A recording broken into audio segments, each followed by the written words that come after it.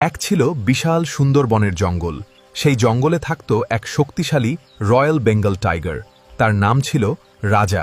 রাজা খুব সাহসী ছিলেন, কিন্তু তিনি অকারণে কাউকে আক্রমণ করেননি। বনের সব প্রাণী তাকে ভয় পেত এবং সম্মান করত। একদিন একটি ভয়ানক ঝড় শুরু হয়েছিল।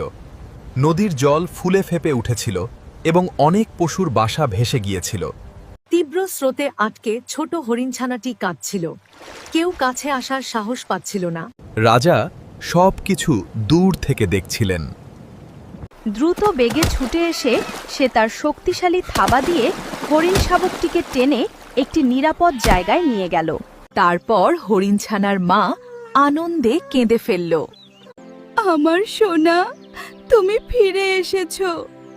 আমি জানতাম তুমি আসবে।